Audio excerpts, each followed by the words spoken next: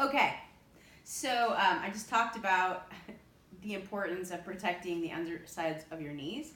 And anyway, I want to talk about these ice bags. I almost forgot, but I was sitting here having them drip and soak me because they leak all the time. I thought I would cover some different options of ice packs. And so these are just the ice packs, or the bags that go over double ply plastic bags from home.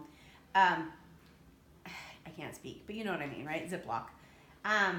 There's a machine that can do either one leg or two legs. There's different brands on Amazon, etc. I am hoping for, poof, some magic, and along come an elf. Enter my niece in her new get-up.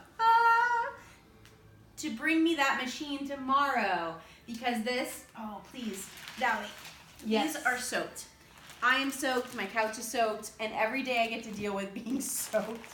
So tomorrow we're hoping this magical little elf brings me the ice machine that wraps around my legs and will, or maybe Monday actually, will keep the ice circulating.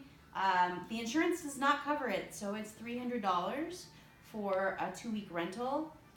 The company that I'm going to call, if they answer or I can text them, the rep is Medcom, and see if they will get me that unit, because I did not want to pay it until after I experienced this and know that I'm going to need those for a long time and often.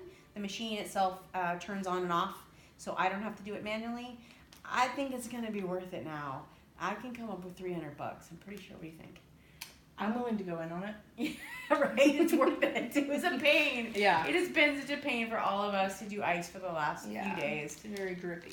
Very drippy. So, it's a cut.